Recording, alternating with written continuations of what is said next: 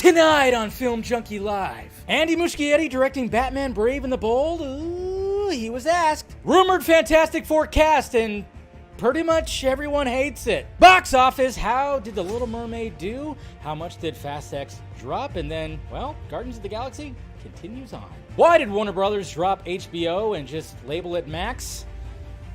I mean, the blue that they use now is pretty. That and so much more, and happy Memorial Day, and we'll have one for the fallen soldiers out there because that's what Memorial Day is all about.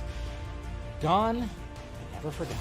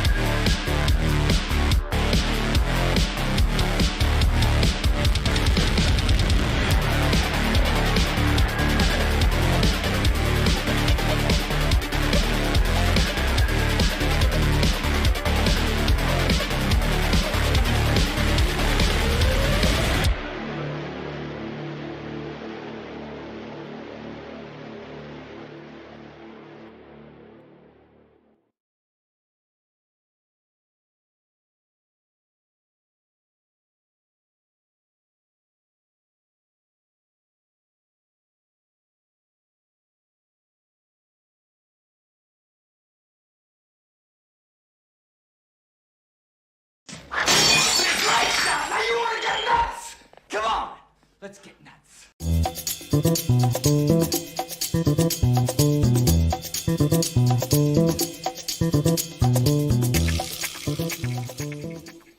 Hello, everybody. What is happening? Welcome to Film Junkie Live Music. What is going on, everybody? Yes, it's Monday. It's a holiday, but hey, we're going to be still talking about all kinds of movie stuff and everything like that. Happy Memorial Day to everyone. Hopefully you guys had a good weekend. I had a great weekend. And of course today was just kind of weird because it was like, what do I do with myself? I don't have daytime work. But yeah, happy Memorial Day. And make sure you guys hit that like, thumbs up, subscribe to the channel.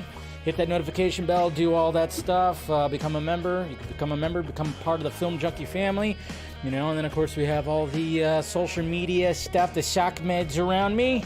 But, yes, cheers to all the fallen soldiers out there and their families and everything. That's what it's all about. Like I said in the opening, gone but never forgotten. So cheers. Cheers to that. Got a little spritzer thing happening right now. Now, hold on. Give me a second here, guys. I forgot to set up my chat stuff. Whoops. What? I forgot to do something? Me? That's not like me. What are you talking about? So hold on. I'm going to talk to you guys, of course, when it comes to the chat, but I forgot to pull up the chat window right here. Come on. Let's go, computer. You could do it. Hold on. All right. Here we go. All right. So I can go ahead and get rid of that. But yeah, keep on talking amongst yourselves. I'm getting it ready. Come on. You can do it. Here we go. All right. Let's see here. All right. I think I got the chat up. Make sure it's the live chat. I don't know why they even have a thing called the top chat. It's weird. I don't like it. I really don't like it, but hey, what could you do? All right. Jesus. And I missed my stream deck. Why did it have to quit on me? So there we go. See, that's a little bit off. Hold on. There we go. Yes, this live stream is the best. If you're reading that, it's true. It's very much true. That's what I'm just trying to show you guys here. It was all just a ploy to let you guys know that this live stream is the very best. Yes, it is. All right, let's tack. Let's see who's out there. Let's see. Given how he handled the Batman in The Flash, I would be down for this, all right? Of course, talking about Andy Muschietti handling Batman Brave and the Bold. We got Mind of Inception. Yo, what's happening? Lisa Jackson. Let's see, we got Random Thought. It's a shame Prince is dead because WB would have called him to write a separate soundtrack for the Flash. Well, they would have probably at least got him to do one song for sure. But yeah, another like an updated Bat Dance, of course. Yeah, we got Eric, Mr. Hardboiled right here. Great to see the alleged Ben the Thing Grimm is Jewish by his mom, as David needs to do to give a great New York y'all accent and blah blah blah. Yeah, we'll talk about that too. Of course, Fantastic Four. What's going on with Mr. Jason right there? Good to see you. We got Patrick right here. Hey Dave, I watched Son of Anarchy. Oh, okay, I still haven't watched that series. I watched like the first episode and that's about it. But what's going on, MSGT? I am most curious to see if Muschietti or whoever can pull off Robin. Well, I guess we'll find out. We will find out. I think it shouldn't be too hard, right? And we got Mr. Abel right there. What is happening? Good to see you. All right. Who else? We got Josh right here. No, I'm not going to go. I'm not going to risk it. Sadly, I didn't get any kind of anything where I can guarantee a spot. So I'm not going to risk it. It's whatever. Well, we'll see. We still got a few weeks before the Flash comes out. Maybe I can get lucky with something else. I don't know. We'll see. You don't believe rumors? Well, I mean, that's perfectly fine. Eric Patterson, what is happening? We got Miss Nighthawk right here. Hi. Hello, sweetness. Let's see. Yeah, cheers. Like what she said right there. That's what she said. Sure. Has been officially confirmed? No, has not been confirmed yet. What's going on, Droga? Good to see you. We got Baba Scotty right here, the sequel to my fan-made adult animated horror thriller. Wow, that's a lot right there. Film Starry's title, Starry 2, a.k.a. Starry Chapter 2. I like that. That's a good title right there. Okay. I think you, I believe you might have sent me something, so I still have to look for that, so I apologize. What's going on, Nyuniak Jr.? If I said your name wrong, I apologize. Hopefully, yeah, I'm having a good day today. And then we got Knight Rider right here. If Andy does a great job with The Flash, I could see him possibly doing a good job with Brave and the Bold. Absolutely. We'll be talking about that right now, or, the first topic we should say. Stephanie T's here. Good to see ya. Jose, what is up? Yo, what up, Dave? And what up, people? Henry saw The Flash, and we still haven't. All right. Yeah, we'll talk about that when we get to the tweets. Yes, that's right. Henry Cavill. We'll talk about Henry Cavill. And who's seeing The Flash? What? That's crazy. Not going to be a long day tomorrow. Got to wake up. Okay. Well, that happens. Well, thank you for dropping by at least there, Knight Rider. All right, this thing skipped on me a little bit. Let's see, we got Tet right here. Good to see ya. All right, and thank you. Yeah, thank you. This was actually a gift. Yeah, a gift from Nighthawk's parents from Christmas right there. This is where this shirt came from. So they know. They got me a Batman. They just give me Batman stuff, which I'm totally all about. Yeah, give me Batman stuff. I'm all about it. But yeah, that's a Christmas gift from the in-laws. And then we got the Bang right here, Van. Hey everyone, finally caught one live stream. Been out, yeah, it's good to see you. Catch them when you can. We got RJ here. What's up, buddy? Good to see you. No press interviews for the Flashcast, Dave. What do you mean? What are you looking for another reason to hate on the Flash lane? All right, you still drinking that haterade? Still drinking it, but good to see you. Good to see you. What's going on, Mask Shy? We got Alessandro right here. Hank, what's happening? All right, Mr. Nobody is here as well. Good to see you. All right. Aaron, what's going on? Got tickets for Flash on the 12th. Nice. Lucky. See, mine, mine are on the 15th. But, like I said, I might still be able to squeeze in something, possibly. I don't know. We'll see, but as long as I got my tickets right there, and of course it's going to be a nice little group that we got going. We got some good seats, and should be a good time. So even if I don't see it early, which I should have already seen it, god damn it, right? Nah, it's all good. It is kind of funny that was a week ago. A week ago right now, Jose, Brandon, and Russ, we were standing in line right now, wondering if we were going to be let in. And we thought we were good. We thought we were golden. And no. About 45 minutes later, we find out that we weren't going to be seeing the Flash. God, that was horrible. Just absolutely horrible. But hey, what can you do? What can you do? It's just kind of just like... That's what it was all about right there. My God, it was just sad. But hey, what can you do? It's okay. It's perfectly fine. I know. Sorry I reminded you, Jose, but I had to just thinking about it. I was like, wow, that was a week ago, and where were we a week ago? But it's okay, guys. It just it just makes me drink more. Whoa, kind of sucked that one down a little too much right there. So, anyways. It's all right. We got plenty of hype. We're going to be talking about The Flash, too. But, yes, we're going to be talking about Andy Muschietti being asked about Batman Brave and the Bold. We're going to talk about the rumored Fantastic Four cast, which I did not see a lot of hype for it. And then, of course, we'll talk about box office and then Max. Why exactly they went Max instead of HBO, and why did they drop the HBO? New article came out from Variety that I was kind of like, it was kind of interesting. Seeing that and being like, okay, bring up some interesting points when it comes to that. So, but all right, guys, I'm rambling. Let's get to the tweets. Whoa, wrong one. There we go. Yeah, I was like, whoop, click. Yeah, see, again, I missed my stream deck. And speaking of the Flash, oh, you know what this scene is. You definitely know what this scene is, right?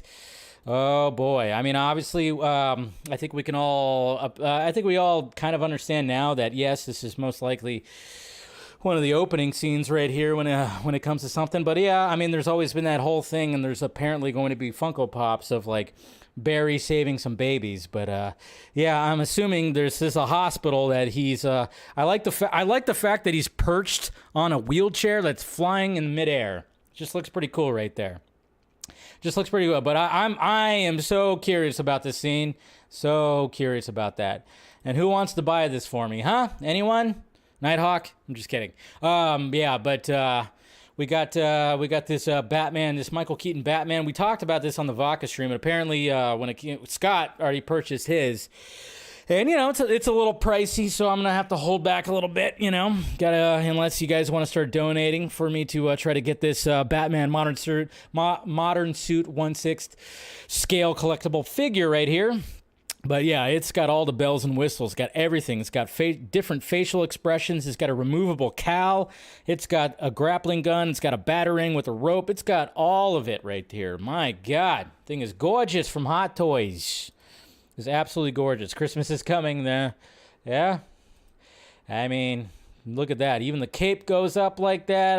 And then I love that. I love that he's just, there's something awesome. There's just something magical about a Batman actor not having the cowl on but the suit on. I don't know. There's just something cool about it. You always have to have that shot of whoever's Batman to have his cowl off, but with the rest of the costume on. You gotta have that. You gotta have that. So, Rebel Moon stuff. We got some Rebel Moon things happening here. New Rebel Moon cast and crew wrap hat has been spotted online. Presumably a quote from the movie "Dream any dream you can dream." Well, I mean that's probably that's just a Zack Snyder quote right there, but it's a good quote. It is a good quote. And speaking of awesome Batman, there we go right there. We got Batfleck right there. Okay, please don't let this actually, okay, so this is interesting right here because, I mean, I'm curious, but this also freaks me out as well.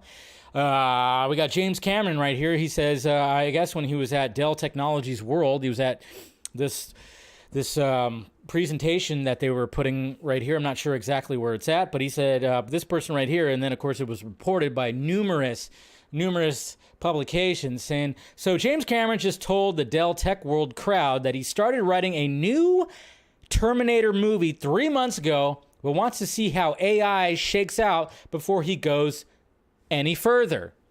Okay, well, I mean, AI just seems like more AI apps and technology just keeps on growing every day, which is a little freaky. It's a little bit freaky, but I'm kind of curious. All right, what is the story? I mean, the fact of the matter is like, how they've tried so many times to try to reboot or reinvigorate the Terminator franchise, and it just hasn't worked. It just hasn't worked. You know, you had Terminator 3 Rise of the Machines, which was a interesting continuation. Not all bad. It can be enjoyable, but I don't know. It was a little interesting. And then you had Salvation, which took the future approach, which I thought that was the smart way to go. But the smart way to go was not to hire the director that is McGee, because he's not that great of a director. I mean, he can have some fun movies, but I don't know. It just didn't work out. It just didn't capture what I think a lot of people wanted when it came to the future war of the Terminator franchise. And then, of course, they tried to reboot things and try to redo scenes with Terminator Genesis. Didn't quite work out. It was a cool idea, but the execution was horrible. And casting Jai Courtney to be Kyle Reese. He looks nothing like Michael Biehn. But they cut... I don't know what the hell they were thinking when it came to that casting. Then Dark Fate, they decided to bring Linda Hamilton back, which was great, but then they killed John Connor, a young John Connor, like right at the opening, and it just totally blew the whole legacy out the fucking window. So I'm kind of curious. What direction would James Cameron go for the Terminator franchise? So it's interesting, but the fact that he's waiting on AI, so now he's writing a Terminator story and he's waiting on Skynet itself to, see how it all works out. It's just kind of weird, kind of interesting. Anyways, there's my little spiel about that. Then, of course, they released a clip from The Flash. It's a pretty cool little clip, but of course, it kind of seen things that we've seen in the trailers. So, obviously it's the Eye on Batman line right there. So, yeah, I mean, if you want to go in super fresh, stop watching all the clips and the TV spots and the trailers that are coming out for The Flash. Ghostbusters, of course, is currently filming right now, and we got one of the stars of it was just kind of posted this right here from the UK crew, so that's pretty sweet. Like that. Quentin Tarantino's next movie is indeed about a movie critic from the 1970s, and it won't be about film critic Pauline Kael. Instead, it will reportedly be based on a man who wrote for a porno magazine. So I'm already in. I mean, it's Quentin Tarantino. It's his 10th movie. Supposedly, it's going to be his final movie. I'm all for it. I'm wondering what this is going to be about. I like the fact that his supposedly last movie is going to be about a film critic, because let's face it, film critics have not really liked Tarantino, but hey. So it's his way of, I don't know, it's going to be interesting. It's just going to be very interesting. And then, yes, Foo Fighters fans, we have a new, oh, did I turn that on? Oh, yeah, I did. Okay, making sure I turned that audio on. But yeah, new Foo Fighter song. Yeah, it came out. this past weekend, so really enjoyed that. And they're on tour right now, which is great. So, and then of course we had the new Barbie trailer that came out, and I don't know, this movie is just going to be absolutely ridiculous. I didn't do a reaction or anything like that, but yeah, I mean, what happens in this, I mean, it's very Lego Movie-esque, but at the same time, it looks slightly different. I don't know. But yeah, the new Barbie trailer looked just absolutely ridiculous. But I'm here for it. I'm gonna see it. You know, I'm gonna see it. I'm one of those people that actually can see Oppenheimer and the Barbie movie in one weekend. I'll see Oppenheimer first, and then maybe, oh, wow. And then maybe that, and then maybe we'll see Barbie or something like that. Maybe, I know Nighthawk wants to see it. Wow, Lane. Wow. Are you kidding me, Lane? So not only are you drinking the haterade of whatever, you're going to actually say that on my live stream. How dare, and you got put in timeout. So you can't even respond, it looks like. Jeez. My God, what is going on with Lane right now? Wow. Yes. And see, you just stirred up Nighthawk right there. My God. See, now remember like a couple of weeks ago, I got on Jose for because he said because obviously he was mentioning the Dodgers, and Lane said something about that, and then he put him in timeout. Now I'm like, man, yes, he should definitely be in timeout. Jesus Christ, Lane. Yeah, it's just.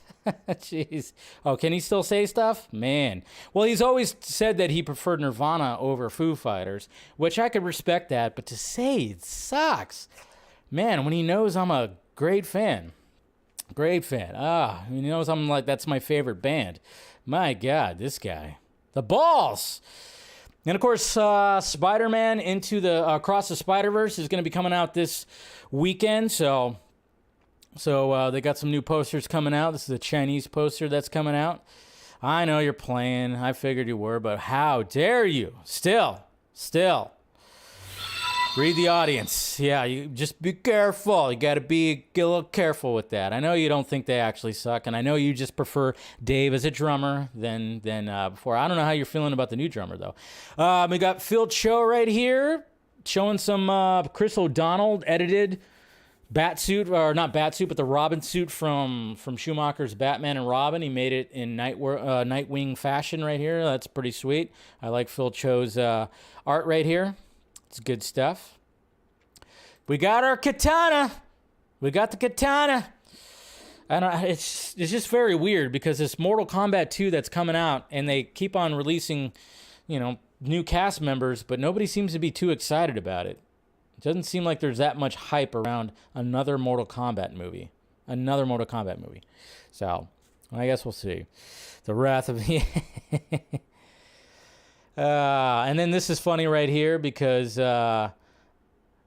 Prime Video UK decided to throw some shade, because if you guys have seen obviously what's happened when it comes to Netflix in the past few weeks, they talked about not sharing your password, and apparently they implemented a thing where if you do share your password, you're going to get charged another $8. And it's kind of funny because all the other streaming services are kind of making fun of that, so that's pretty funny. But we'll see how that works out. Mission Impossible Dead Reckoning Part 1 is going to be 2 hours and 36 minutes, so 2.5 hours of impossible mission force with Mr. Tom Cruise, Ethan Hunt. I'm here for that. Totally. Keep going. Hey, we got some Funko Pops for Blue Beetle. We got Jaime right here. We got Jaime, showing Jaime and Conrad Carapax. That's one you have to Google right there. And then, of course, Blue Beetle. But, yeah, showing that. I'm sure there's going to be more right there, too. Sure there's going to be more of that. Add Terry Crews to The Flash. Good reviews right here. That's right. He's going to be bouncing those pectoral muscles that he has when it comes to The Flash. Made him twitch. Terry Crews caught a sneak peek of the Flash movie with the fam last weekend, and well, there's a reason we are smiling. You have to go see this movie. Check it out. In theaters on June 16th. That does sound like he was actually paid. No, I think he actually enjoyed that, and, it seems like everybody enjoyed that who was there right there, in this picture right here. But yes, Terry Crews, add him to the list of celebrities that are totally praising this movie that have seen it, early access.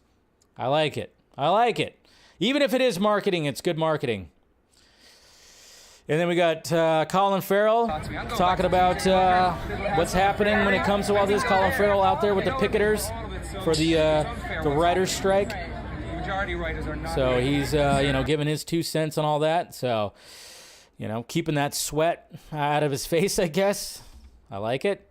Sucks that the Penguin series got halted because of the writers' strike. Creed fans, there's a sequel comic that will release on June 28th. From writers Latoya Morgan and Jai Jameson. Artist is Wilton Santos and creator and a creative director, of course, Michael B. Jordan. The comic is set 10 years after Creed 3 as Amara Creed sets off on her own boxing path. So his daughter. I like it. So the Creed cinematic universe, the Creed universe, I should say.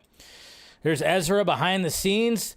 I want this robe. Anybody else want this robe? I want this robe. That's a pretty freaking awesome robe. Looks comfy as hell, too. But yeah, there he is on set, Ezra. And you can see the flash boots right there. Flash boots. All right, continuing on. Obviously, we got the Jared Leto Joker statue. Mick right here announced the winner. So congratulations to Clark Joe DCEU. Ken Griffey Jr. continues to be, the GOAT. Look at all those Golden Gloves that Golden Gloves that he won in his career. I'm just gonna say it. Ken Griffey Jr. was my favorite player, obviously back when I was growing up in the '90s, and I still think he's the best player all around. It's obviously you can match stats and whatever, but let's face it, Ken Griffey Jr. was the GOAT. He was the freaking GOAT. 100% the GOAT. Hey, here, we got a Spider-Man 4 leak right here. That's right. Even, Walt and Jesse going to show up in Spider-Man 4. It made me laugh when I saw this right here. It just made me laugh. That's all.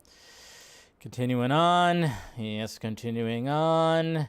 And then, yeah, guys, I mean, this could have possibly been like a topic of discussion, but it's not really, because why the hell? It is kind of funny because, and I see people arguing about this too, but Brainiac, obviously this is like the rumor, but I think it's no shit. That's what we could say.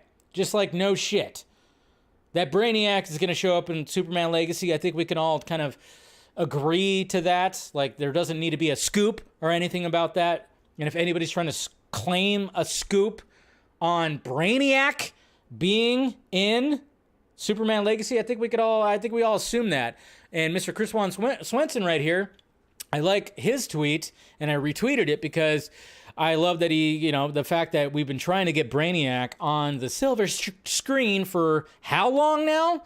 Brainiac was supposed to be the villain in Superman 3. That's right, the original Christopher Reeve, Superman 3, Superman Lives, which we all know about that, which is obviously we've seen art right there. And hey, Christopher Walken as Brainiac, that's right.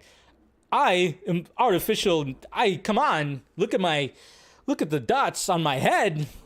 I'll take it out. Lex Luthor, you don't even know. But yes, Superman Lives, and then Superman Returns 2, and then Man of Steel 2. So it's like he's always been mentioned. And it seems like cinematically, it's always been like, how do we pull off Brainiac?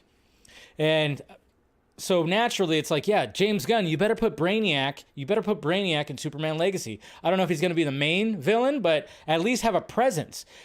Scott and I have been talking about Superman the Animated Series, and right in the opening episode, Last Son of Krypton Part 1, there's a Brainiac presence. And of course they tweaked the origin story, but they actually, to be honest, I like the origin story that the Superman animated series has given. We both like it. The fact that he was just part of Krypton and being like their AI and everything. So, but yeah, I think we can all agree that yes, Brainiac will be the villain in Superman Legacy, or at least have a presence. Maybe he'll build them up. Maybe James Gunn will build them up like a Thanos kind of thing. I don't know. We'll see. We'll see, but pretty obvious. Pretty obvious.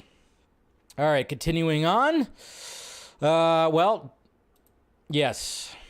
This is, of course, I mean, my God. This is pretty funny right here. After you filmed it, or I tried to play it. I can't play it. okay? What game is It's it? called The Last of Us. Is and it they out now? adapted it into I gotta A few years check ago, it out. yeah. Because I got sucked into a video. Which game, one? You know, Tron. So you played it after. I mean, come on. Good job, Mr. Bridges. Good job. It's a good joke. It's a good joke. Because he's talking about getting sucked into a game, and they're all like, what game did you get sucked The in? Last of Us. Is and it they out now? adapted it into I gotta A few years check ago, it out. yeah. Because I got sucked into a video. Which game, one? You know, Tron. He's just he didn't miss a beat. I mean, obviously it's a joke because, yeah, he got sucked into Tron in the movie Tron. So I just love the fact that he did that. So kudos to Jeff Bridges right there. He is a GOAT. He's the GOAT. He's a GOAT too. Come on. And look at this motion poster right here for IMAX in the Flash by Regal. That's pretty fucking sweet. You gotta love that. Phil Cho doing the gray and black version of the Clooney suit, which looks pretty damn awesome. I like the logo, the 3D type logo. It looks pretty sweet. I like that. And then sadly, Dungeons and Dragons, the box office has wrapped up fully, and it doesn't look like it's going to warrant a sequel. And that sucks because everybody seems to have enjoyed that movie. But I guess bad marketing and whatever, whatever. It just kind of sucks. But all right, keep going on right here. Hey, I'm surprised it took this freaking long. Not only is there going to be apparently it's in development. We'll see how far it goes, but we heard that, the director Chad Shadishki, whatever, said that they'll probably take a little break from actual John Wick movies, but they'll explore, of course, the world of John Wick, which we're getting the Continental series, and we're getting the Ballerina movie with Ana de Armas. But another thing they're going to be approaching, apparently, is a John Wick video game. And my reaction is, why did it take this fucking long to get us a John Wick video game? I mean, my God, it took this long? Can you imagine a John Wick video game with some gun fu shit? I mean, it could be like Arkham-style fighting, but with guns. A little Max Payne in there, bullet time? Come on. I don't know why it took so long. But yeah, so John Wick world is still going to be, there's a lot of things in development, so I think we're all right. Here's some art from Jackson Caspers. Henry Cavill Superman right there. Looks pretty sweet. And then look what they posted right here. See, this is pretty sweet right here. I love this. The official Flash WB Twitter handle right here. I'm Batman.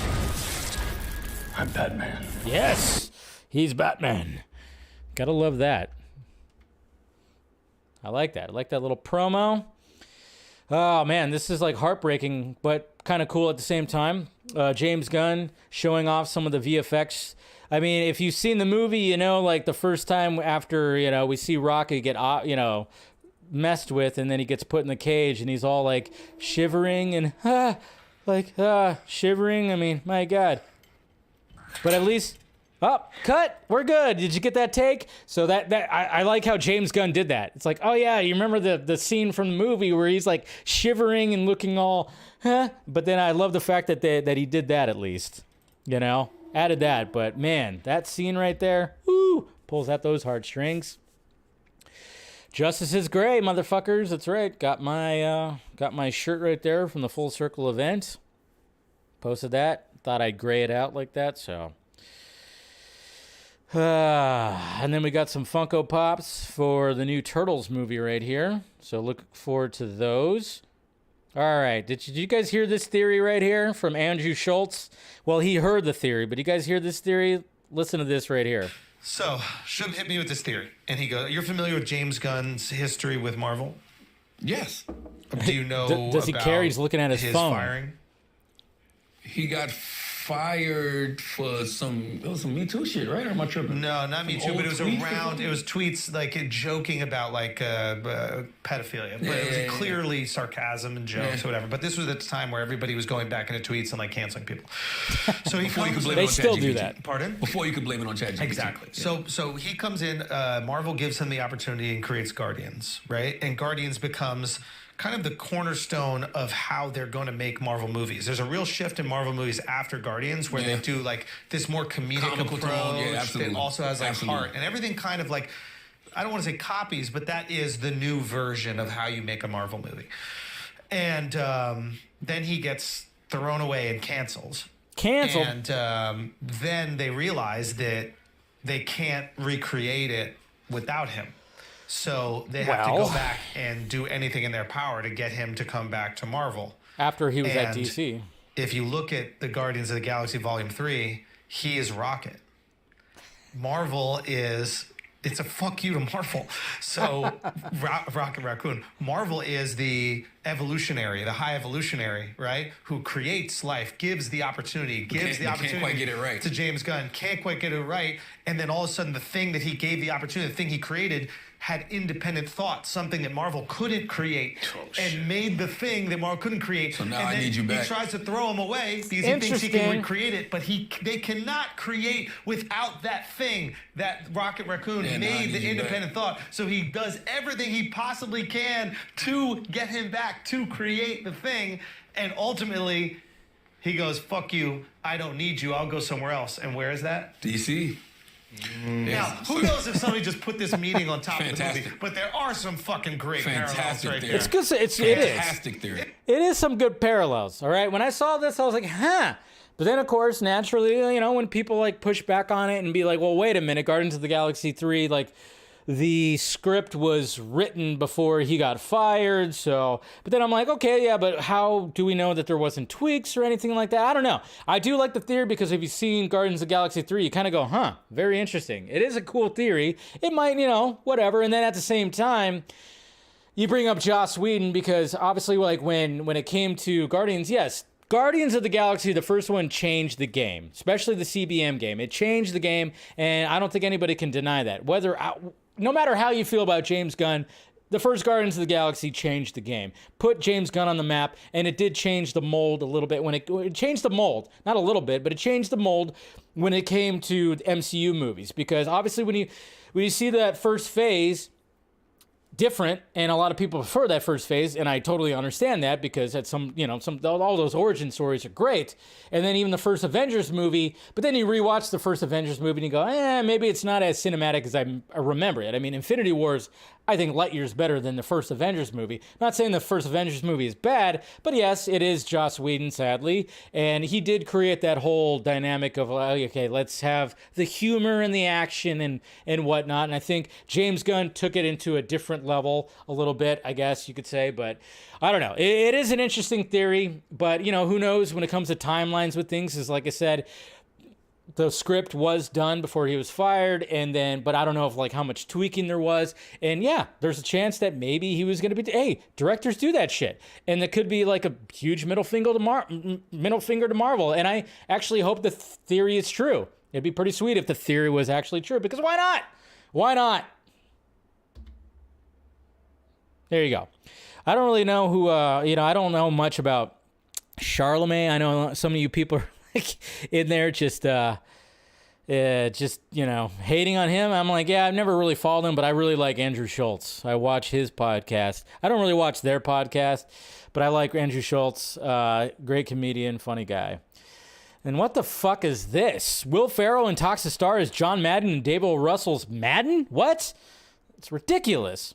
It's an origin story of the Madden video game. Not even about John Madden, but the Madden video game. All right. Hey, show me something.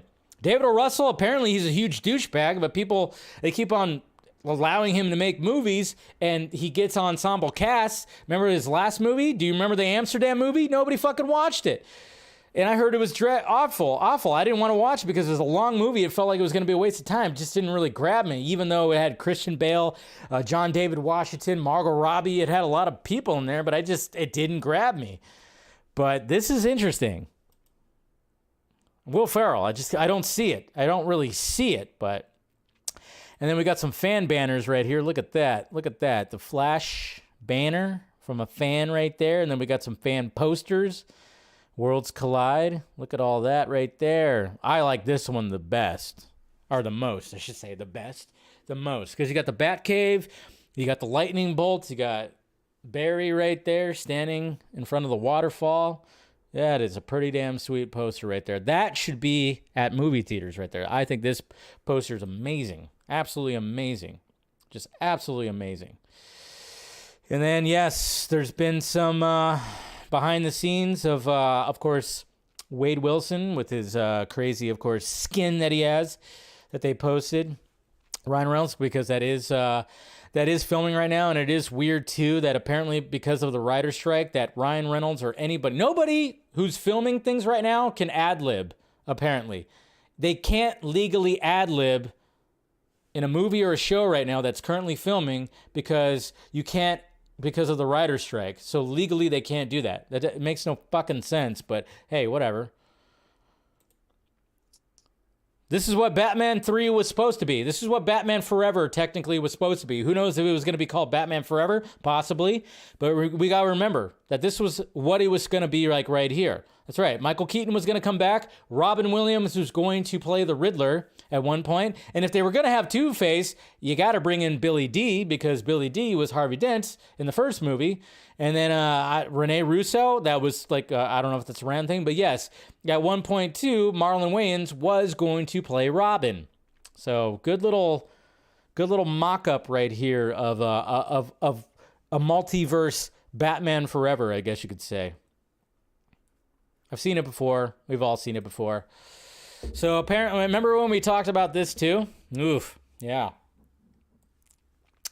So apparently, well, this is according to Scooper, so take it with a freaking huge grain of salt, of course.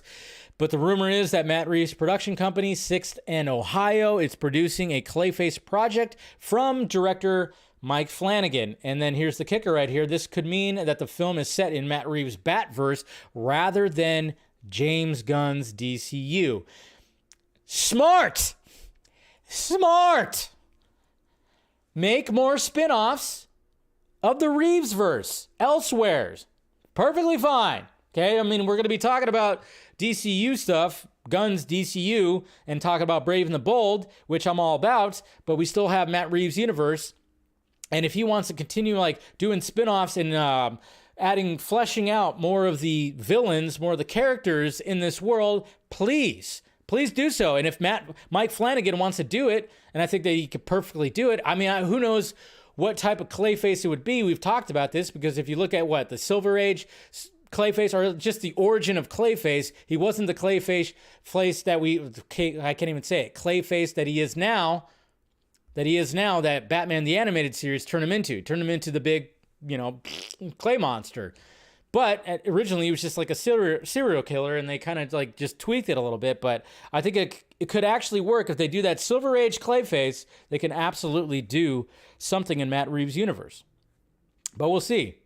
I don't know if this is true. I don't know. Like I said, you got to take everything with a grain of salt. But I hope that it is 100% true because I think that would be something pretty sweet. Yeah, this is pretty sweet right here. Old school Justice League. You got Keaton Bats. You got Christopher Reeve. You got, what's her name? I'm trying to remember. Totally, but you got these right here. Yeah, totally drawing a blank. Me and names. Look at the traps on Flash. Mr. Wesley Shipp. Yeah. Anyways, I thought that was pretty cool. This is a pretty sweet poster right here from Skinner Creative. Linda Carter. Thank you, Lisa. Like I said, sometimes the name is in my brain, but it's blurry. Happens too much. Times Square. Look at that. Times Square. You know how they like to put these big giant billboards in Times Square. There it is. Flash right there. Moving forward. You got Keaton Batman right there. You got to love it. You got the Batwing and everything. And you got Supergirl right over here. Pretty sweet. There she is. But yeah, I thought that was cool. We got a motion poster for the Flash right here. And then keep going. You keep going. Top Gun Maverick came out a year ago on the 27th, so that's pretty sweet. We got some behind-the-scenes video right here of some Ecto-1 action happening from the new Ghostbusters. The new Ghostbusters movie. Ghostbusters 4, technically. Hey, remember Justice League Mortal? What? Whoa, that's right. We got Julian Chan right here. He made some posters. I mean, this looks like... it's interesting. It's interesting. But yeah, these were the actual actors right here that were going to be playing these characters in Justice League Mortal. George Miller's Justice League Mortal right here. Army Hammer. Oh, man, we dodged a bullet on that one, didn't we? Army Hammer Batman. We got DJ Catrona Superman, which he ended up being, one of the Shazamily right there. And Adam Brody Flash. Yeah, Santiago. Yeah. Jay Baruchel. I don't even know who he was going to be playing, but you got Common right here. You got Megan Gale right here. You got Antoine Yelich. That was going to be, I don't know. Yeah. But he made that poster right there. He also made a Nicolas Cage Superman Lives poster right here. That's pretty sweet. Gotta like that. Anakin! Come on, that's funny. That's funny. If you know, you know. That's just hilarious. Come on, that's hilarious. Lee Bermejo drawing some awesome Batman right there. You gotta love that. And then, yes, 4K Ultra HD Blu-ray coming out for Batman Mask of the Phantasm. Pretty sweet. And then we got the GOAT again, Mr. Ken Griffey Jr. He retook his 89 Upper Deck rookie card picture right here. That's pretty awesome. I just love that. Like I said, he was my all-time favorite player. I actually have the 89 Ken Griffey Jr. rookie card Upper Deck. I actually have it, yes. It is in a box, in a case, in my closet. Not sure what it's worth right now, but hey, I do have that. All right, keep going. This is pretty cool right here. If you guys saw this clip, this clip was going around. This guy right here, he got colorblind glasses, so then he actually sees colors for the first time. It's pretty sweet. It's just one of those, aww. And look at that, and then you just like, can you imagine? You haven't seen colors, and then you see colors. Well, this is, bro. These are the kind of videos that I like to see. They're called palate cleansers. Just really awesome. Look at Big Red over there. Look at his face. Mm-hmm. Can't even believe it. This is what y'all. Bro, what? Look at that. Looking at the bushes, everything. More of that. Look at his face. Gotta love that. Love it when those videos show up. Just pretty freaking cool. What else we got? Oh, we got some Rebel Moon stuff. Or no, we got some... Okay, so this might be... Hopefully this might actually be a Las Vegas update finally. Because we have a quote right here, and this is from Las Vegas. It says, "We did all the motion capture for Zack Snyder's animated series for Netflix, and this is the behind-the-scenes video of mocap session for action, fighting, and stunts and wireworks." So look at this right here. So they're doing stuff. I mean, obviously, we know it's going to have some mocap kind of things when it comes to Las Vegas, and apparently... They're doing stuff, guys. Finally, this might be... We've been wondering what's been going on with Las Vegas. I mean, Jesus Christ. I meant to even, throw that question out to Zach, but I just never got around to it. The times that... Obviously, when it was on the Vodka stream and then just seeing him in person, it was like, yeah, what's going on with Las Vegas? But apparently, they're working hard on it, and we're still going to be getting it, but it's probably not going to be till next year. I'm guessing around the time that Twilight of the Gods is happening, but... Yeah. Las Vegas ain't happening. So we got Jose, who's a big fucking Debbie Downer right there. Cool. All right. Well, somebody screenshot that so that we could throw it in his face when it actually does happen. All right. But anyways, we'll see. I hope it does. It should, I know. But there's, things that could prevent it, right? Anyways. Screenshot that. We got Matthew right here who made a helmet for the mech suit, the Met BVS suit right here. All right, this is badass. We're not going to watch the whole video, but look at this right here. I'm sure everybody's seen this. Okay, the marketing for The Flash has actually been pretty damn good. It's been pretty damn good because they have this drone. These are drones, which is amazing that we could do this now. And look at, let's get nuts. Let's get nuts. And then look at this. They formed all 3 logos. What the hell? That's amazing. It's amazing. And then it continues, showing the Flash. They show him running right there. Look at that. What? What? And then showing all of them. There she is. Just amazing. Like, what the hell is happening right there? There's Batman. Look at that, all 3 of them. What? The Flash. Worlds collide. Oh, they even put a QR code. I wonder if it worked. Were people holding up their phones and going, They didn't put a QR code. That's amazing. The Batwing looks 3D. What is happening? Technology is amazing.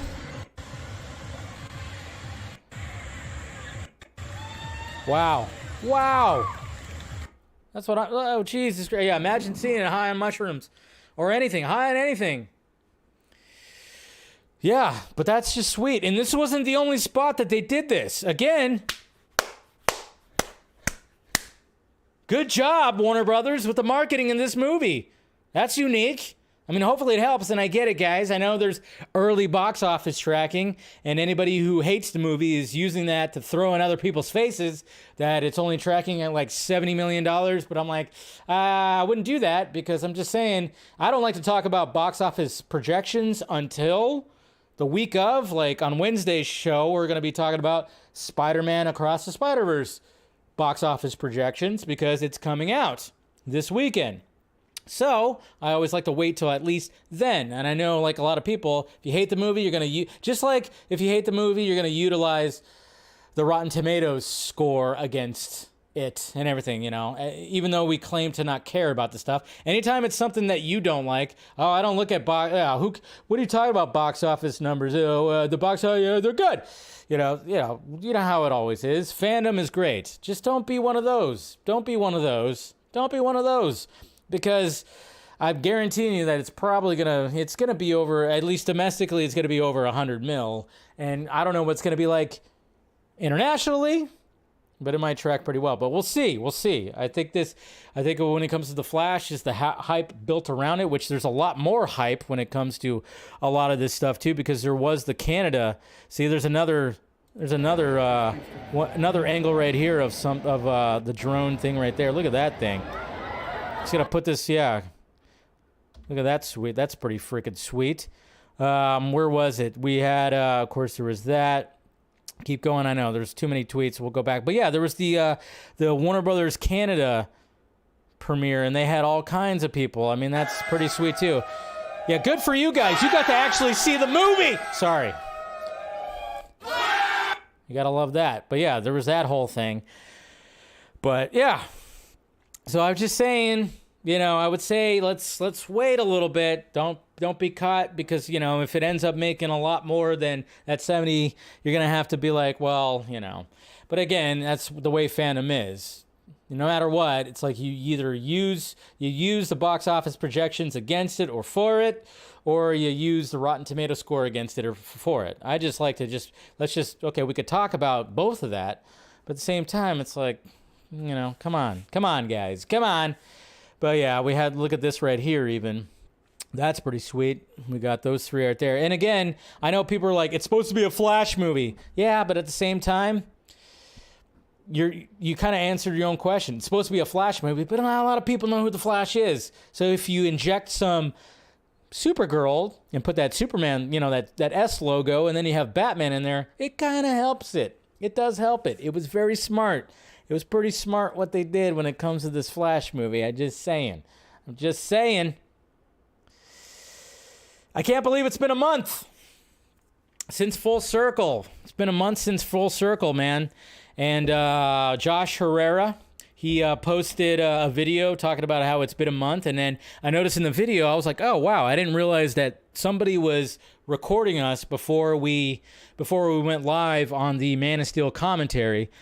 And there's Zach right there, of course, just talking, and, you know, and I even said in my tweet right here that, yes, anytime that Zach has his phone out, he tends to show you things he's working on. Yes.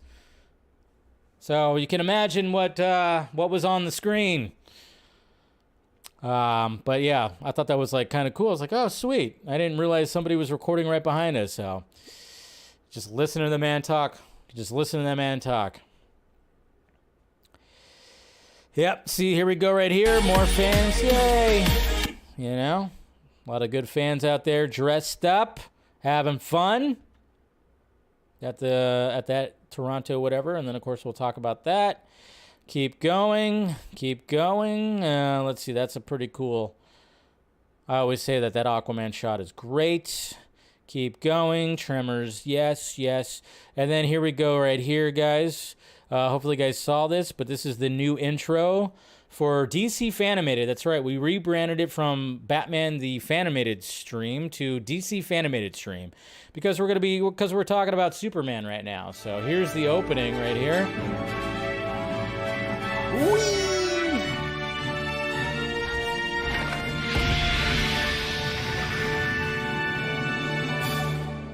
DC Fanimated. And thank you, Mr. Mask of Shy Alessandro. That's right, he made the animation for us, and much appreciated, as he made the previous one too. So good stuff. Enhance. Yeah, so that's a cool little opening. Hopefully you guys saw that. Apparently X-Men 97 is going to be coming out next year, so that's great. Oh, now it's looking like it's true, guys, according to Can We Get Toast? So take it with a freaking grain of salt because it's another freaking scooper. I don't know how many goddamn scoopers there are out there, but my God. But yes, according to this scooper called Can We Get Toast, Halle Berry, Famke Janssen, I don't know if I'm saying her name right, and James Marsden are reportedly going to reprise their roles in Deadpool 3. I think we all kind of knew this. It's kind of like... It's one of those things where it's like, is it really a scoop, or are you just taking... Because if you remember, of course, Halle Berry, she has her hair this color again. It's white, the Storm hair color. We talked about it last week. I have a Film Junkee shot on it. So you can kind of assume that, yes, she is coming back. And I know some people were tagging me like, hey, you called it. I'm like, I didn't call it. I just was going with everybody else going like, hey, this would be great. I was just wishing it. I wasn't calling it. I was wishing for it. That's all. But apparently, I think we kind of realized that when we saw Halle Berry kind of tease it. So yeah, looks like it's gonna happen. Why wouldn't it? Kevin Feige was the producer on the first X-Men, or on all the X-Men movies. It's gonna happen. And then Alien fans, apparently Alien Romulus reportedly takes place between Alien and Aliens. Interesting. And apparently it's going to also be, Prometheus is going to be a part of it too. So that's pretty sweet. And then we got Pedro Pascal. If you guys, I don't mean to break it to you guys, but in the last couple of seasons, Pedro Pascal has not been in the suit of Mandalorian. No, he's only been the voice. Remember when all that craziness was happening with Pedro Pascal? Remember when all that thing, is he quitting the show? What is happening with the show? And there was rumors that might happen and whatnot. I think the whole thing kind of it got to the point where he got a contract where now he just does the voice and he's not doing the acting. He's not in the suit anymore because unless he needs to take the helmet off, there's no reason for him to be on set. It does kind of make sense. And, kudos to the actor that actually plays the Mandalorian in costume because he's got that Pedro Pascal strut thing going on. Like, I always wonder, I'm like, is that Pedro or is that the stand-in? Apparently, it's always been the stand-in because he said right here, there was an extended amount of experimentation being in the suit for a lot of it, and frankly, my body wasn't up for the task as far as the 4 months of it, but now we figured it out, and it gave me the opportunity to be able to go and do something else. So it frees up his schedule. Makes sense. But yeah, it is kind of interesting. I mean, let's face it, James Earl Jones wasn't in Darth Vader. You know, he wasn't in the Darth Vader suit. He was just a voice. But I'm just kind of wondering, are we ever going to see Mando without the helmet again? Of course, then he'll have to get into the suit and make an appearance. Anyways, and then there's this. Well, let's go further up. Man, there's so much to talk about. But yeah, and then of course we got the standees right here. This is in Thailand.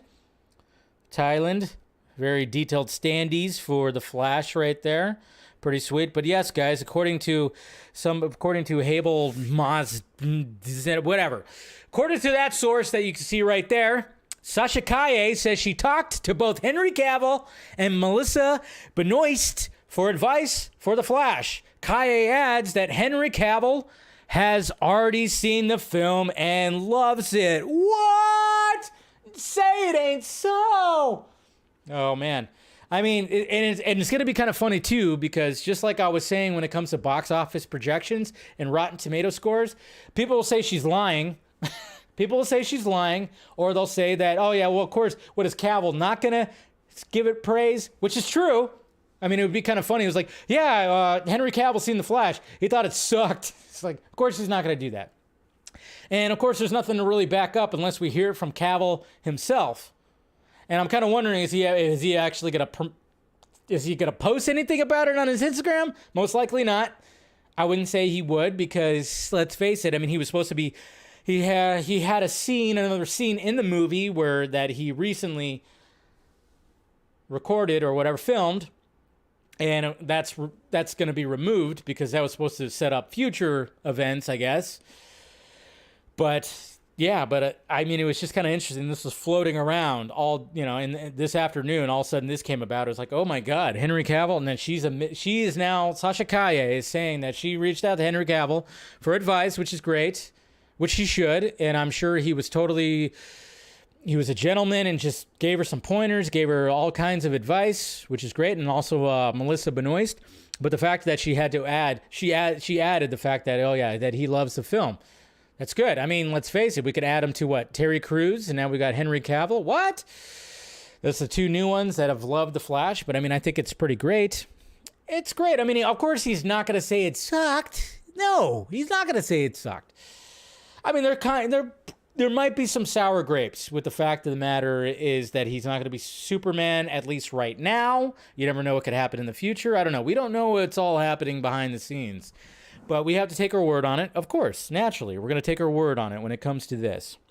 But, yeah, I mean, his appearance, he's going to have a presence in the film, of course. I would think there would be some kind of presence in the film because of how it represents the entire DC multiverse and just DC in general. If you listen to what people say, it's like, yeah, you can say there's going to be a presence, sure, but the actual scene, not going to be in there that we've... we kind of we understand. We understand that, but I'm glad that Cavill, I hope it's true. We're not going to know 100% unless he posts it, but I hope it's true. I really hope it's true that he actually gave praise to it. I'm not saying that he's actually going to post it, but whatever. I think it's, he's a gentleman. Of course he's going to be like, good job. Fantastic. So, and then we got a poster right here too, which is pretty sweet. I like that poster. It's a good poster. Worlds collide. It's a good tagline. I think we're all good with it, right? So there we go. Sorry, that was a lot of tweets. A lot of things happened in the past few days. So sorry that took so long, but yeah, let's get right into it. Let's start getting into the topics here. Now that we're an hour in, my God, right? Andy Muschietti. Oh, man. I mean, can you think of, so this is my thoughts right here. I'm going to bring up the video right now.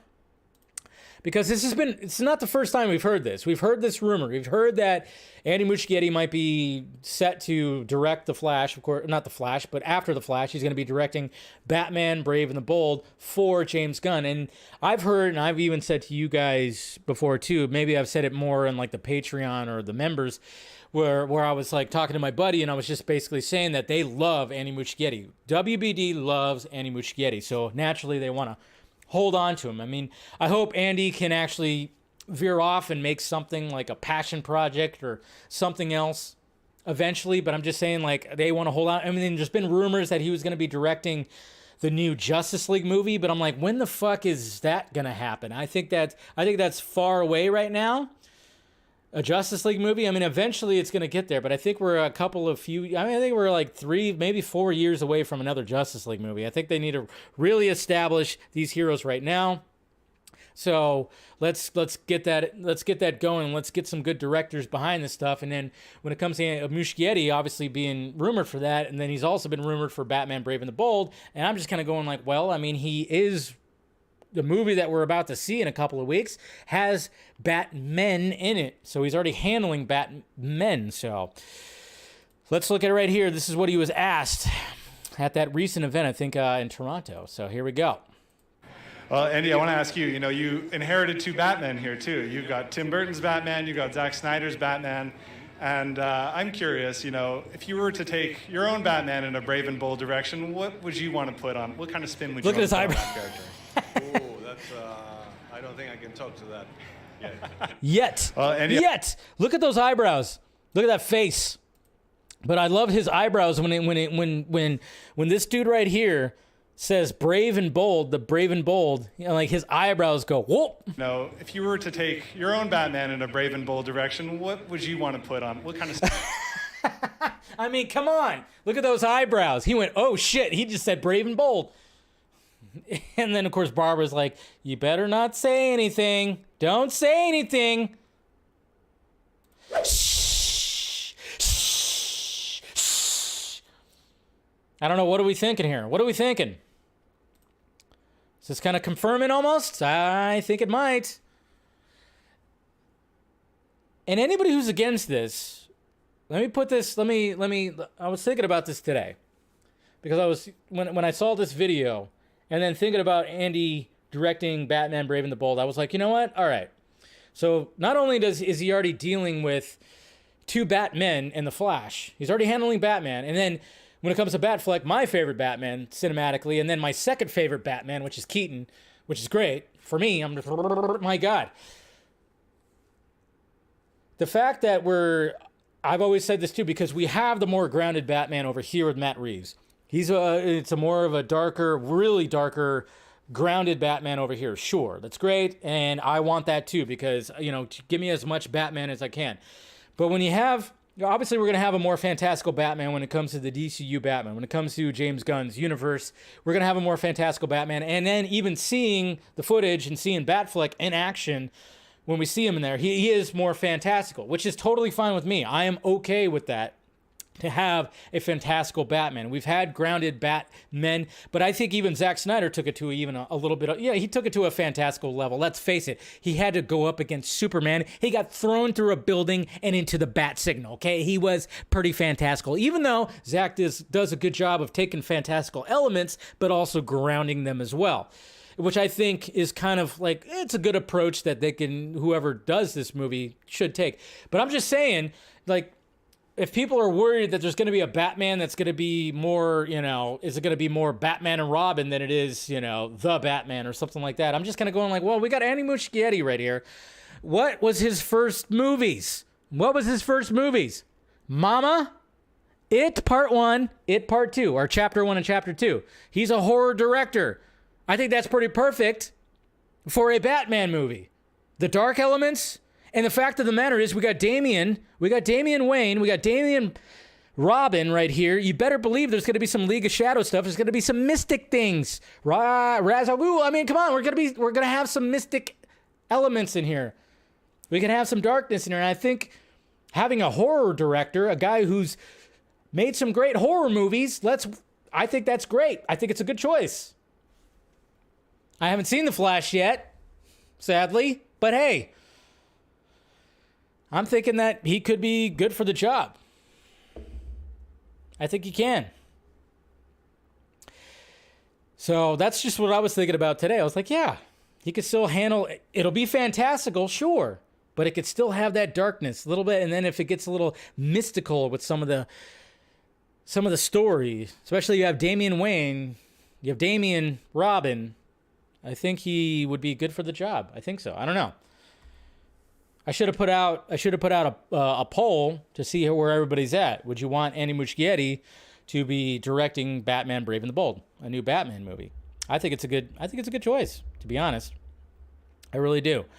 Let's see. Ben straight up rejecting Brave and the Bold is not a good sign, though. Yeah, I mean, well, we don't know if he just said he didn't want to work on that. I think when it comes to Ben not wanting to direct anything, just because I don't, to be honest, I mean, obviously there was rumors that was happening, but to me, I was like, why would he want to do that when he just started his new production company with Matt Damon? And of course, that would help him just make the movies that he wants to make.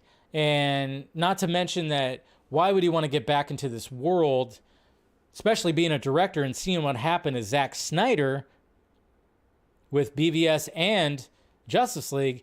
Why would he want to even attempt to do that himself, even though it's a different regime? But the pressure. Like, when I think about Ben Affleck rejecting it, I more think of like, I don't think he wants that pressure anymore because he's happy right now. Newly married. Newly married. Sober. And making the movies that he wants to make. I mean, everybody's praising Air like a motherfucker. I mean, look at like when he was at the Full Circle event. It seemed like he didn't really want to answer questions about his Batman movie. So to me, I look at it like that, where he just doesn't want to do that thing. He wants to do his own thing. That's just me. Plus, Ben would rather be clapping some J-Lo cheeks. Thank you, Jose. I like it. I mean, you're probably right. 100% definitely would be a good choice with Andy. Yeah, I think especially after The Flash comes out, I think everybody's going to be pretty on board if this actually happens. But the fact that he said he can't talk about it yet, he said yet right at the end, which I thought was pretty. I thought it was kind of telling. I thought it was kind of telling. That's just me though. So, but yeah, you know what? When people kept on asking me who would I want, I mean, I'm thinking more action-y type directors, but then I'm like, well, what about a horror movie director? I think Andy could actually fit some of the dark elements and then make it fantastical as well. So, and speaking of fantastic, this casting rumor is not. Am I right? Huh? Oh, yeah, we got a casting rumor right here. Jesus Christ.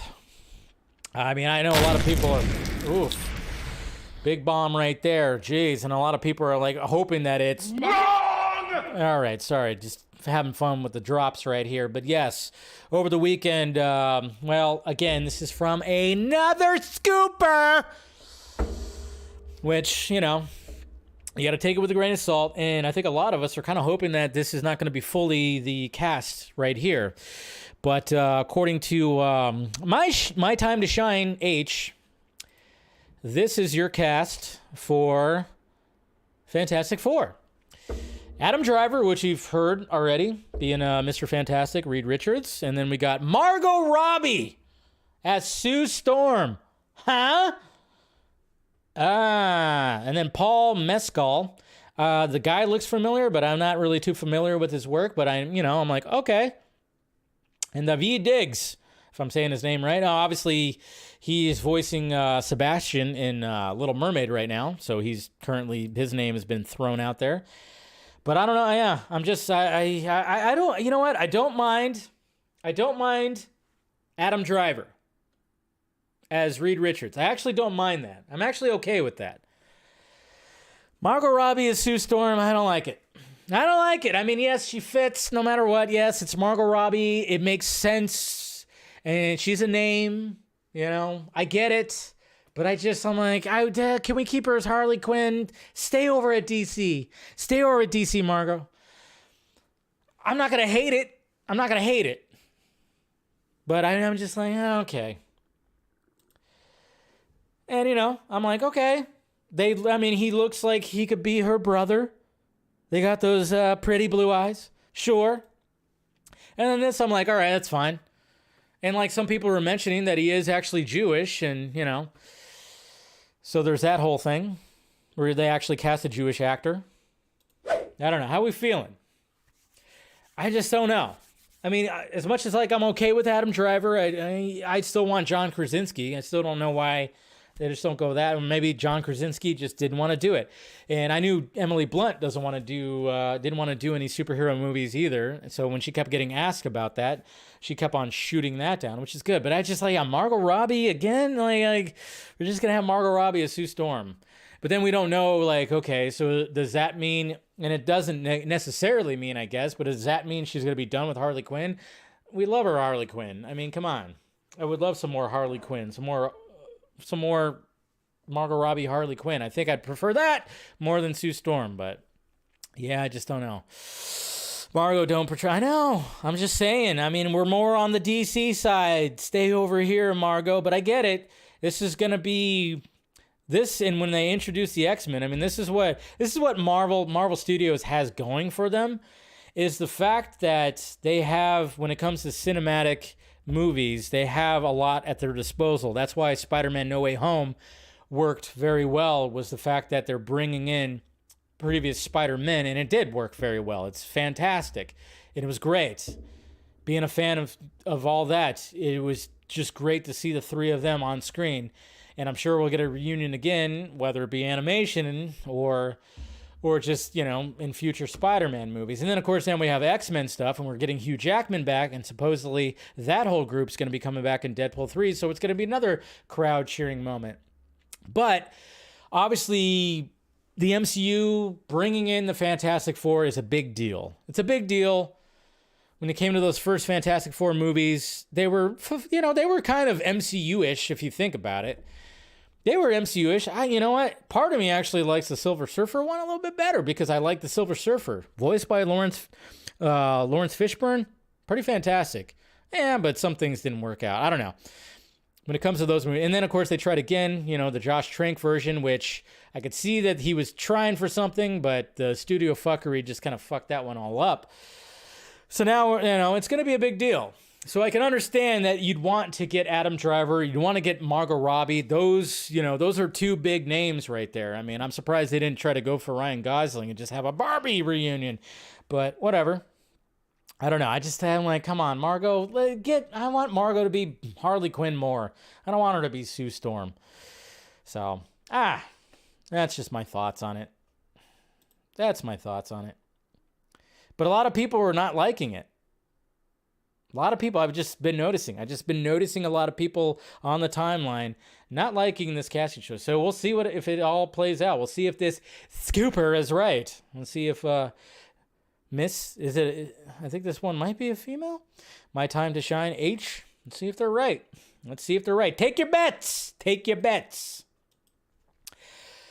Box office time. Yay! Who saw The Machine? Bert Kreischer's The Machine. I like Bert Kreischer. I'm not making a joke on that, but it's just kind of, it's kind of interesting because you have, this comedy movie. Yeah, actually two. You have Sebastian Maniscalco. He also has his movie out about his father, who's played by Robert De Niro. So it is pretty sweet that these, comedians we're getting movies that have to do with like bits that they've created. And of course, Bert Kreischer had his movie come out, The Machine, which I would like to see, but my theater didn't have it. So I did see Little Mermaid, but at the same time, it was like Little Mermaid's a bigger movie. Obviously, I'm going to go see that, but let's see how Little Mermaid did when it came to the box office. And so we have the numbers right here. Now, obviously, there's going to be updated numbers tomorrow because it is a holiday weekend. So they do that whole thing. But as of right now, this is what's rocking and rolling when it comes to Little Mermaid. And domestically, it made 68 right here. Oh, no, internationally, it made 68.3. Domestically, it made 117.5. So domestic, it actually did better than internationally. But yeah, we can understand sometimes internationally when it comes to certain things in certain countries. China, they're like, yeah, for some reason, certain skin colors don't lay out. It's very interesting. But $185.8 million right here. So that's what that did. And, you know, of course, there's going to be always that side that wants to shit on that. I mean, it's a decent opening, yeah, but I don't know what the budget was. I'm sure the budget was pretty hefty, but at the same time, they didn't have to pay like big time superstars to be in this movie. So maybe, I don't know, the budget had to be around 200 or 250, right? So we'll see how this fares, see if it has legs or, you know, fishtails. Anyways, okay, fins? All right. But yeah, and then of course we have Fast X, 65.7% drop. Whew, that's right. But, you know, doesn't prevent the next one from coming out, of course. It's still crossed $500 million. It's currently at 512.8. So, I mean, this franchise ain't going anywhere, but, you know, I mean, let's face it, it didn't drop as much as, you know, some of the other superhero movies that have come out in recent. Didn't drop that much, but it's still at $500 million. And, you know, we'll see where it actually, like, wraps up. It's not going to make $1 billion for sure, but, yeah, 65% drop when it comes to that. But and the whole franchise over the weekend, it passed $7 billion. So that's why they keep on making these movies, and they will continue on. We're going to get 2 more sequels and then spin-offs. Mind you, still going to be happening. And then, of course, Burt Kreischer's The Machine. It made $9 million. I don't know what the budget was on that, but I don't know if they're proud of that. But, you know, at least it made something. I've heard good things about it. I heard it's really funny and just ridiculous and over the top and everything. But I like I said, I like Burt Kreischer. I watch his podcasts and stuff like that. So just the fact that, you know, he told that story of The Machine on Joe Rogan's podcast 12 years ago, and now it's a fucking movie. It's kind of insane to think about that. I think that's pretty sweet. But there's your box office right there. We'll see if Little Mermaid can swim. You guys saw my first reaction. It wasn't for me. A lot of other people are enjoying it. It's not for me. Have you guys downloaded your new Max app? Very strange. You pull it up on desktop, you pull it up on any kind of apps or something like that, it makes you like re-download it. It's like a whole other app. I had to re-download it. Obviously for the newly branded Max, which they are going hard at. They are using Jason Momoa to really promote the one and only, or whatever the fuck the tagline is, of Max. And a lot of people are like, why would they do that? HBO is a brand. Why would they drop the HBO? Why didn't they go with Warner? And I'm totally in that.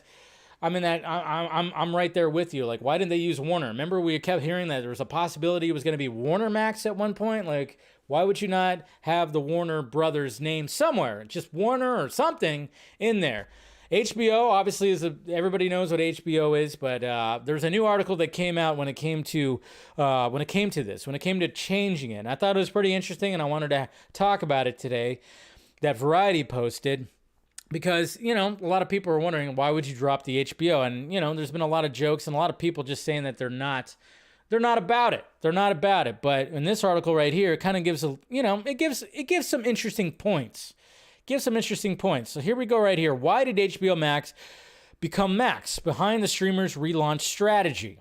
So actually talking about that, so here's the bullet points that it gives. It gives 2 bullet points. To signal a broader programming mix. HBO Max was positioned as a successor to HBO, but from the beginning included more than just what was on HBO proper. With Max, WBD was stuffed in a slew of non-fiction programming from the legacy Discovery Communications side of the house. Max features 35,000 plus hours of content, more than doubling the lineup over HBO Max. The company's goal is to let every member, every member of the household to do whatever and blah, blah, blah. So they're talking about because it's more than HBO. That's essentially what that first part is.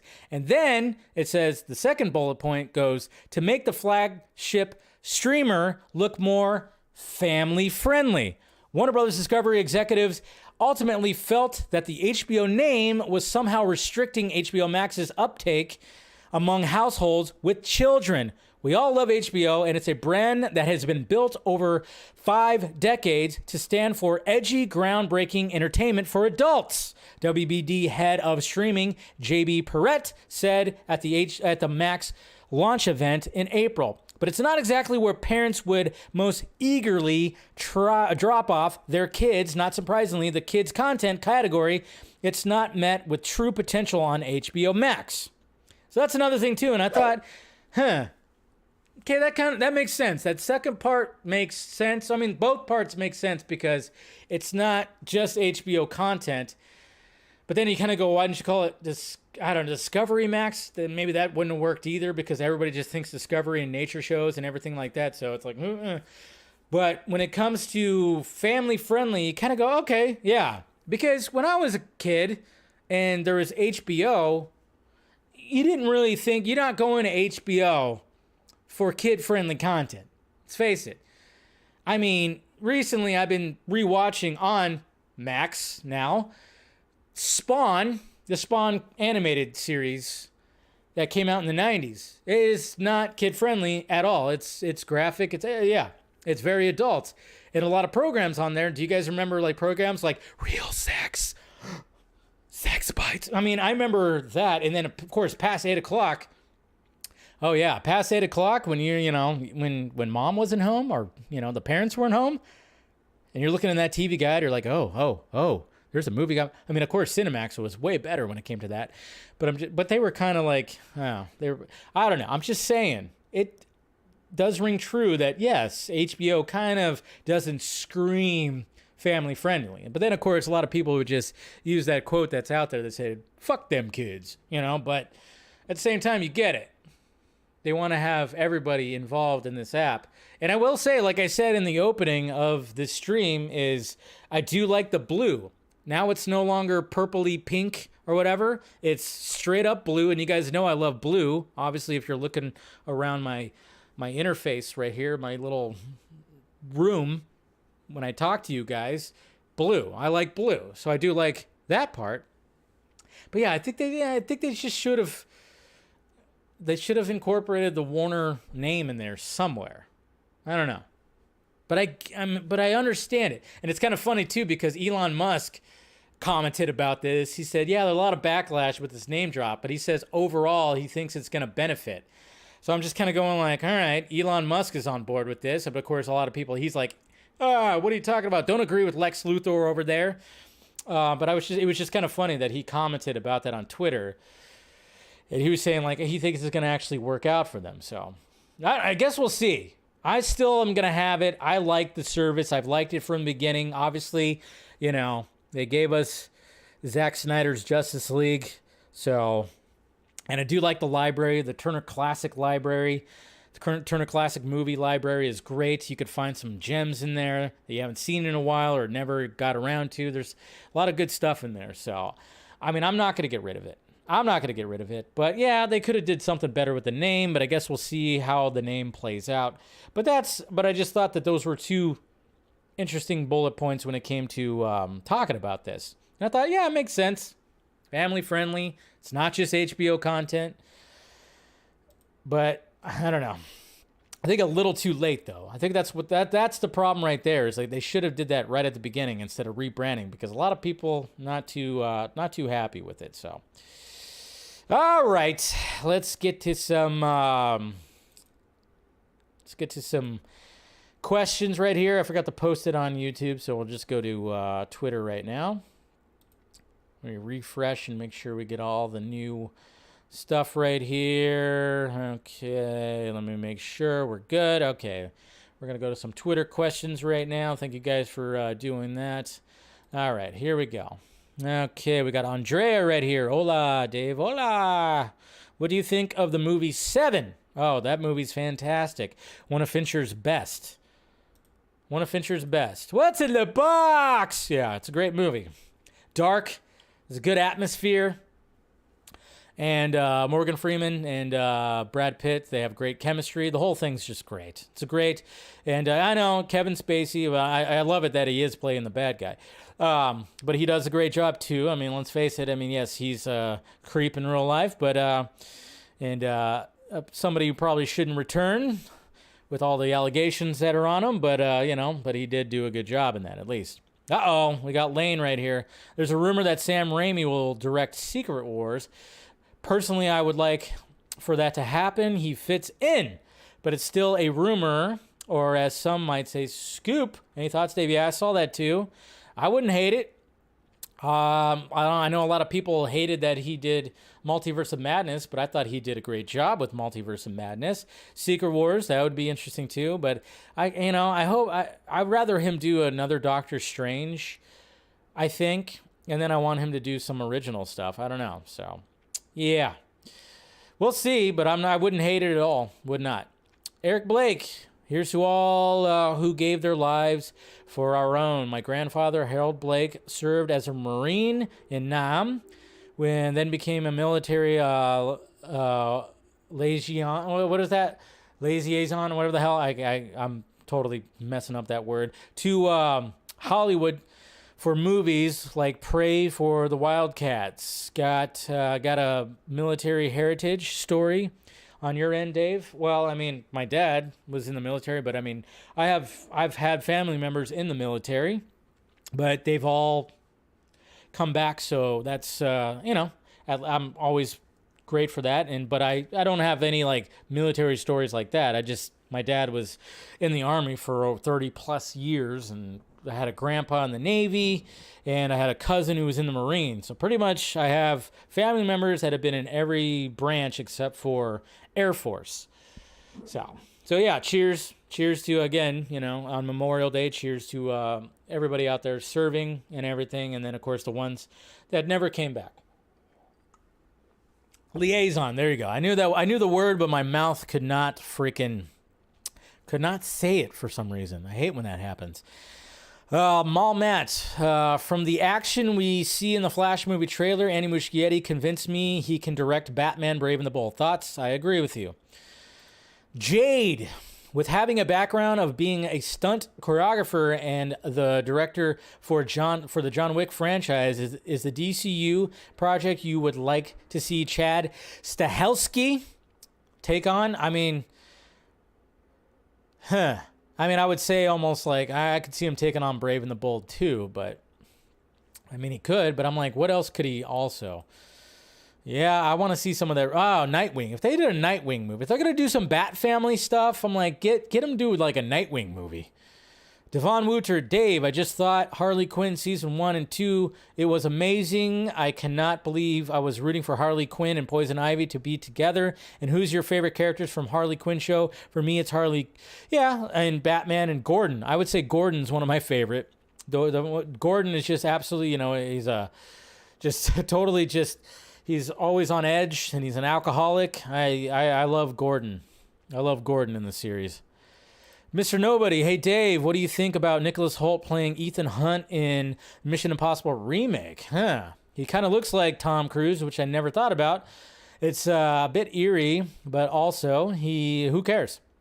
I don't want Hoult to fan cast because, Well, I mean, yeah, could.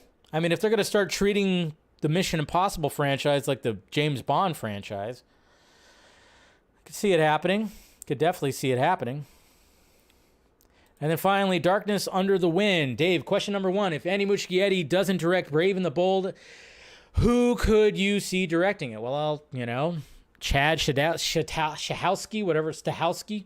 I could see him doing that. Question 2. If Fantastic Four casting rumors are true and Adam Driver is the MCU Reed Richards, would you consider changing the cast and Reed to be to people that are good? I mean, I don't mind Adam Driver. I really don't mind Adam Driver. I like him as an actor, but I don't know.